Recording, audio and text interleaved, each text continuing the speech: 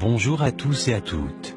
Et soyez tous la bienvenue à ce moment de partage sur un sujet très important de la vie de couple. Comme annoncé précédemment, nous allons débattre au sujet de la sexualité dans le mariage. Alors, quelqu'un a-t-il une contribution? Bonjour à tous. Mon nom est Bernard. Quant à moi, la sexualité dans mon mariage dépend des humeurs de mon épouse. Ah bon? Et comment cela est-il possible, frère Bernard? Lorsqu'elle est de mauvaise humeur ou lorsque nous sommes en dispute, elle utilise notre intimité sexuelle comme un moyen de chantage. Elle me prive de sexe, et cela, durant tout le temps du palabre. Vraiment désolé de le savoir, frère. Pourrais-je intervenir s'il vous plaît, monsieur? Oui, bien sûr, sœur Solange. Allez-y, bien-aimé. Merci bien, frère Marius. Moi par contre dans mon mariage, c'est mon époux qui est égoïste. Désolé de le savoir, sœur Solange.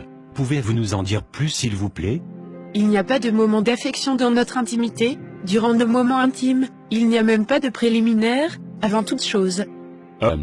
Et comment fait-on les préliminaires, sœur Solange? Non, pas besoin de ces détails, frère Bernard, n'est-ce pas? Vraiment désolé de cette interruption, sœur. Veuillez bien poursuivre, s'il vous plaît, bien-aimé, nous vous écoutons. Alors comme je disais, mon mari est très égoïste durant nos rapports intimes, il ne pense qu'à son seul plaisir sexuel. Et dès que monsieur est satisfait, il se met à ronfler comme si notre vie sexuelle tournait autour de lui seul. Je comprends. Mais avez-vous pris la peine de discuter de vos frustrations sexuelles avec vos partenaires? Discuter avec qui? Désolé frère Marius, dans mon cas c'est presque impossible. Impossible? Et pourquoi cela, frère Vincent? En discuter on voit souvent plus de problèmes que de solutions, car madame est très impolie. De 1, ma femme n'accepte que je la touche, que lorsqu'elle en a envie. Mes désirs sexuels ne comptent pas pour elle. De 2, lorsque je lui propose gentiment d'essayer certaines pratiques sexuelles, pourtant nobles, durant nos rapports, elle s'énerve, me disant qu'elle n'est pas ma prostituée, ou que c'est moi qui suis un gros pervers. Et? Conséquence. Je suis obligé de me réfugier dans la masturbation, dans la pornographie. Et encore plus grave, je me cache pour aller visiter les maisons des prostituées. Afin de réaliser les plaisirs sexuels, que ma propre femme refuse de me procurer. J'apprécie vraiment ton courage et ta sincérité, frère Vincent. Merci de t'ouvrir à nous. Je pense sincèrement, Vincent, que ton épouse réagit de la sorte sûrement par méconnaissance des Saintes Écritures. Car nul n'a le droit de priver son époux ou son épouse de sexe, sauf d'un commun accord, afin de vaquer à la prière. Et là encore les Saintes Écritures précisent bien, sauf d'un commun accord. Ce qui revient à dire que même si l'un n'est pas sexuellement prêt pour la pause sexuelle, l'autre doit faire des compromissions afin de satisfaire son mari ou sa femme sexuellement. Et tout cela dans le seul but d'éviter que le diable, à cause du désir sexuel des uns et des autres, en profite pour tenter l'un ou l'autre afin de leur entraîner dans le péché, et les rendre ainsi esclaves de la débauche sexuelle. Car sachons-le, il est très facile de tomber dans les péchés sexuels, tels que la pornographie, la masturbation et l'adultère, mais de même, il est également très difficile de s'en débarrasser. Vous avez parfaitement raison, pasteur Marius. Je vous en prie, sœur Mélanie. Veuillez bien m'appeler frère Marius, et non pasteur Marius.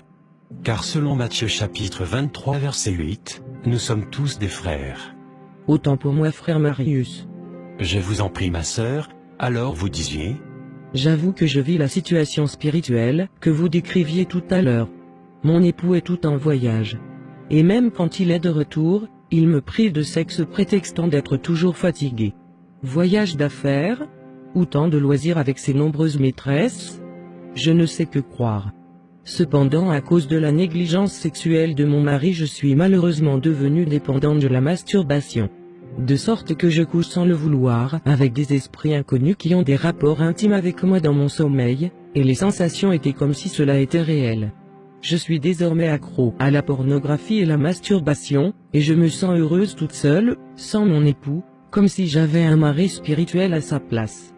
Je vois. Comme c'est triste, sœur. Et même lorsque je suis en train de faire l'amour avec mon époux, je suis obligée de fouiller dans mon imagination et penser à d'autres personnes afin de tirer mon plaisir. car monsieur à cause de sa négligence sexuelle, m'a habituée à me débrouiller toute seule, et j'ai besoin de délivrance car je suis convaincue qu'il y a des démons, c'est-à-dire des esprits impurs en activité dans ma vie de couple. Je suis sincèrement désolé de l'apprendre, sœur Mélanie. Et je suis d'accord avec vous qu'une délivrance s'impose. Et je profiterai de la prochaine réunion, afin de vous enseigner avec bien sûr l'aide de l'Esprit Saint. Comment être définitivement libre, de l'impudicité, de la débauche sexuelle, comme la masturbation, la pornographie, etc. etc. Mais avant cela, j'aimerais conseiller à vous ici présents.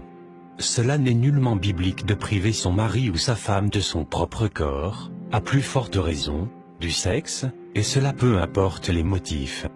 Puisque selon 1 Corinthiens chapitre 7 verset 4, la femme n'a pas autorité sur son propre corps, mais c'est le mari, et pareillement, le mari n'a pas autorité sur son propre corps, mais c'est la femme. Voilà pourquoi fait un chantage sexuel à son mari ou sa femme, pour une raison ou pour une autre, est une façon de désobéir à l'Éternel notre Dieu. Car en le faisant, cette personne expose son prochain à la possession démoniaque des esprits impurs, qui pour sûr, en profiteront pour détruire la vie de l'autre, et à la longue le mariage lui-même. S'il vous plaît. Pourrais-je intervenir, monsieur? Oui bien sûr sœur Rebecca, nous vous écoutons. Je compatis avec le frère Vincent et les autres. Cependant, les hommes ne sont pas les seuls à se réfugier dans la pornographie et la masturbation à cause des frustrations sexuelles dans leur couple. Personnellement, je vis une situation pareille dans mon mariage. Ah bon? Pourriez-vous nous aider à comprendre s'il vous plaît? Bien sûr. Quand on parle de sexe, mon chéri me répond toujours. La Bible dit ceci, Dieu dit cela. Il se joue les seins et me prend pour la vulgaire, alors qu'il est le premier à regarder les fesses des filles dehors, lorsque nous faisons des balades. Comme c'est triste sœur Rebecca. Ce n'est pas tout, frère. D'accord. Vous avez la parole. Je suis même prudente de lui suggérer certaines idées afin d'éviter la routine dans nos rapports intimes. De peur qu'il me traite de pute. Waouh! Jusqu'à ce point? Cela ne devrait pas être ainsi.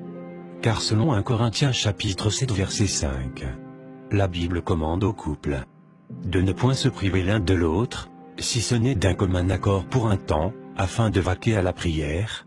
Ensuite, les saintes écritures recommandent aux partenaires de retourner ensemble, de peur que Satan ne tente les membres du couple à cause de leur désir sexuel. Et la tentation de Satan dans ce cas correspond à ceux dont sont victimes beaucoup de mariages, c'est-à-dire la masturbation, la pornographie, l'adultère, la débauche sexuelle et j'en passe. Je le dis et je le répète. Ce n'est pas le rôle de l'Éternel notre Dieu de dire à chaque couple comment se faire l'amour les uns les autres. Chaque couple est libre de vivre leur sexualité comme cela leur procure du plaisir personnel, pourvu que notre conscience ne nous condamne pas selon le discernement de l'Esprit Saint de notre Seigneur Jésus-Christ en nous.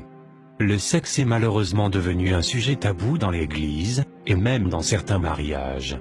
Et cela est dommage, car le sexe est une grande bénédiction que l'Éternel notre Dieu ait donnée à l'humanité afin de se reproduire, tout en se faisant plaisir les uns les autres, bien attendu dans les liens du mariage.